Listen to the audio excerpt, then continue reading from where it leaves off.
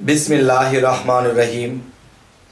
हे समस्त जगतबासी, आज आमी शामीम आলী চিশতি আপনাদের সামনে যে আলোচনাটি নিয়ে হাজির হলাম সে আলোচনাটি অবশ্যই আমরা মনোযোগ দিয়ে শুনব, কেননা আজকের আলোচনাটি হবে যে আপনি জ্ঞানী হতে বা আপনি মহাজ্ঞানীর সাথে মিশতে বা মহাজ্ঞান থেকে আপনি সেই জ্ঞান লাভ করতে আপনার কি কি সাহায্যের প্রয়োজন সেই বিষয়ে আলোচনা করব ইনশাআল্লাহ। যেমন মানুষ জীবন চলার পথে কোনো মুর্শিদ ধরতে হবে, ধরেছে, কোনো মাওলানা লাইনে পড়তে পড়েছে, তবু কিন্তু সে জ্ঞানী হতে পারেনি। তবে জ্ঞান যেমন সবটা জিনিসের মধ্যে রস থাকতে হবে। সেই রসটা কি? সেই রসটা হলো যে আমি যদি শুকনা খাবার খাই তাহলে আমার গলায় ঠেকে যাবে। এখন কি করতে হবে? সেই খাবারের সাথে যদি আমি পানি বা রসালো সিস্টেম করি তাহলে গড়গড় করে খেয়ে ফেলতে পারো। ঠিক মানুষ যখন মুর্শিদ ধরে কিংবা মাদ্রাসা লাইনে পড়ালেখা করে তারা প্রখ্যাত জ্ঞানী হতে পারে না। এই কারণে হতে পারে না, দেখেন, জ্ঞান জিনিসটা হলো আল্লাহর দান। কারো মনের মধ্যে একটা বিষয় কাজ করে যে আমি অনেক বড় জ্ঞানী হব, কিন্তু সে জ্ঞানী হতে পারে না। বরঞ্চ তার যে জ্ঞান, সেই জ্ঞানে চলতে গিয়ে মানুষের কাছে লাঞ্ছনা বঞ্চনাই হতে হয় এবং অজ্ঞানী বলে মানুষ আমাকে ধিক্কার দেয়। তাহলে জ্ঞানী তো হওয়া গেল না।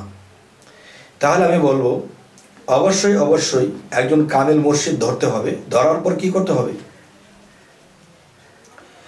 সেই মুর্শিদ যখন সাধনা দিবে সেই সাধনাগুলো তো করবেনই, এর পাশাপাশি আল্লাহর সাহায্যের দরকার, রবের সাহায্যের দরকার।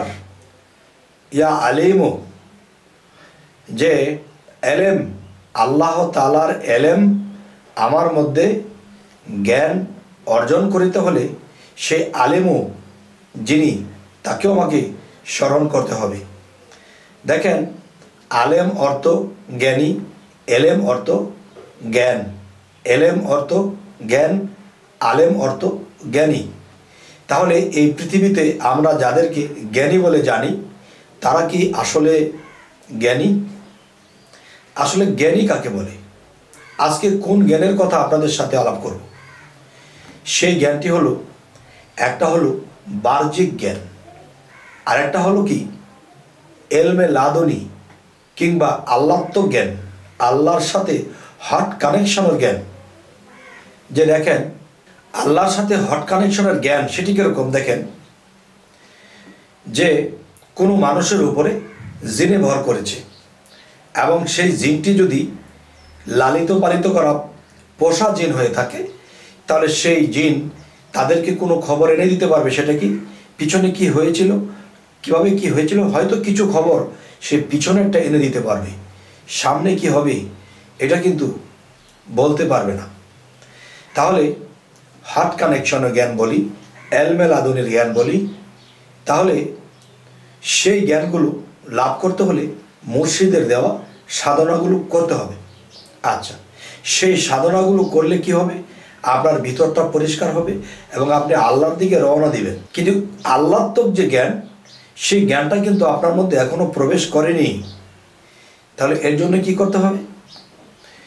মানব সেবা, সাধনা, মুর্শিদ ভজনা, আল্লাহর ইবাদতের পাশাপাশি যে মানুষের সেবা তো করতেই হবে, মায়া মহব্বত রাখতে হবে মানুষের প্রতি, সুপথের দিকে মানুষকে দেখাতে হবে। এরপরে নিজের অনেক কষ্ট হবে, তারপরে এটা ধরে রাখতে হবে। আচ্ছা, এর পাশাপাশি যখন আপনি সাধনা করবেন তখন কি হবে? আপনি যদি মনে করেন যে হ্যাঁ, আমার ব্যারিস্টারি জ্ঞান লাগবে, আমাকে পুস্তকের জ্ঞান যেন আমার মাথার মধ্যে ধরে রাখতে পারি, যখন যেটা সেটা আমার মুখ দিয়ে বের হয়ে আসবে, এরকম জ্ঞানের চিন্তা ভাবনা যদি কেউ করে তাহলে কি করতে হবে? যে আপনি রাতের গভীর যখন হবে 2টার পর, তখন আপনি যে আল্লাহ তাআলার ধ্যান তো করবেনই, তার মধ্যে কি করতে হবে? ইয়া আলেমু, ইয়া আলেমু, যে এই ইয়া আলেমু যে কথাটি, এর মধ্যে, এই নামের মধ্যে আল্লাহত্ব জ্ঞান মিশ্রণ আছে, যা পিছনে কি হয়েছিল, সামনে কি হবে, সেই খবরটুকু আল্লাহর দয়ায় পেয়ে যাবেন যদি ইয়া আলেমু জ্ঞান আপনি করতে পারেন। আর যে কোনো জিনিস আপনি শুনবেন তা আপনার মুখস্থ হয়ে যাবে, যে আপনি একটা বই পড়েছেন বা আপনি কিছু একটা পড়ার পরে আপনি জায়গা মতো গিয়ে লিখবেন, ভুলে গেছেন, কিন্তু সেই স্মরণশক্তি এসে যাবে যদি ইয়া আলেমুর জ্ঞান আপনার মধ্যে এসে যায়। তবে সাধনার পাশাপাশি এই ইয়া আলেমু আপনি কমপক্ষে 171 বার, 171 বার রাত্রে জপনা করবেন। আর যদি বেশি করেন তাহলে 571 বার করুন। তাহলে কি হবে, যে আপনার এই জ্ঞানের যে একটা যোগান এই ইয়া আলেমু নামের মধ্যে পেয়ে যাবেন, আর আল্লাহ আপনাকে সাহায্য করবে। গেল একটা। এরপর একটা জিনিস, যে সর্বোপরি জ্ঞান, সকল ধরনের জ্ঞান যেন আপনার আসে এবং সেই জ্ঞানে এই পৃথিবীতে মানুষের উপকারের কাজে লাগাতে পারেন, এমন জ্ঞান সর্বোপরি, মানে সকল প্রকারের জ্ঞান যদি আপনি চান, সেই আলেমু নামের পাশাপাশি আপনাকে কি করতে হবে, যে সকালে যখন আপনি ঘুম থেকে উঠছেন, রাত্রে যখন আপনি ঘুমোতে যাবেন, তখন ঘুমাতে যাওয়ার আগে আপনি কমপক্ষে রব্বি জিদনি ইলমা, রব্বি জিদনি ইলমা কমপক্ষে 170 বার কিংবা 171 বার পাঠ করে ফুঁক দিবেন, মাথাটাকে মোছেও করে দেবেন। হে রব, আমায় জ্ঞান দান করুন। জ্ঞান কোথায় দেবে? মস্তিষ্কে দেবে। তাই সেই নামের অংশটা দিয়ে আপনার মাথাটাকে মুছে দেবেন। সকালে যখন ঘুম থেকে উঠবেন তখন এই নামটি 171 বার পাঠ করে আবার হাতে ফুঁক দিয়ে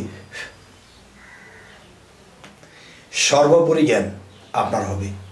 আপনি পরীক্ষা দেবেন, পরীক্ষার হলে বলে যান, স্মরণ শক্তি প্রখর হয়ে যাবে। একদিকে ইয়া আলিমুর জ্ঞান, আরেকদিকে রব্বি জিদনি ইলমা, হে রব আমায় জ্ঞান দান করুন। দুই দিকের সাপোর্ট আবার আছে কি?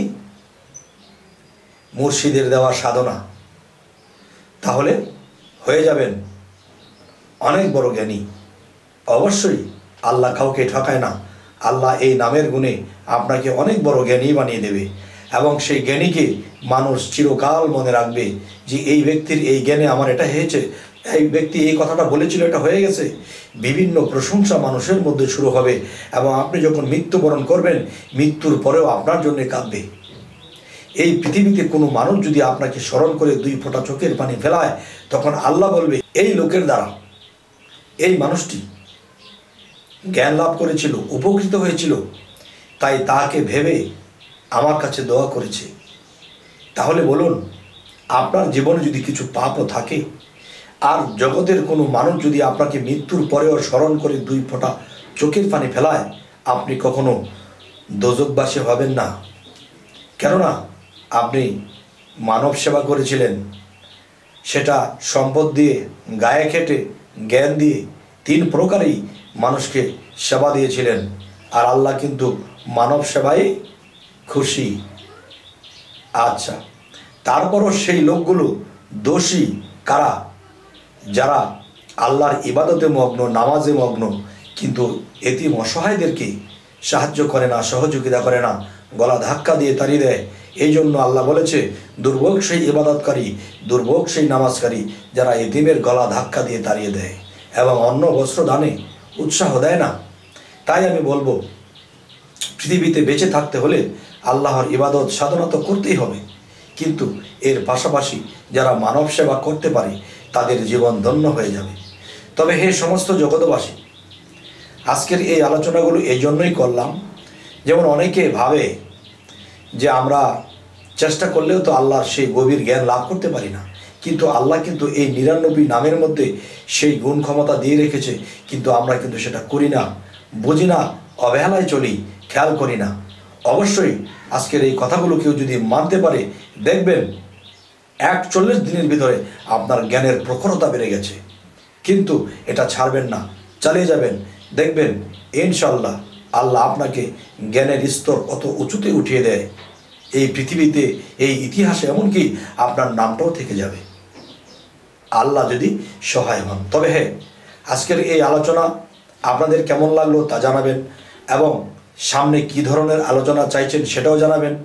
আমাদের এই চ্যানেলটিকে সাবস্ক্রাইব করে রাখবেন, ফেসবুক হলে অবশ্যই ফলো করে নেবেন। সকলেই ভালো থাকবেন। আল্লাহ হাফিজ।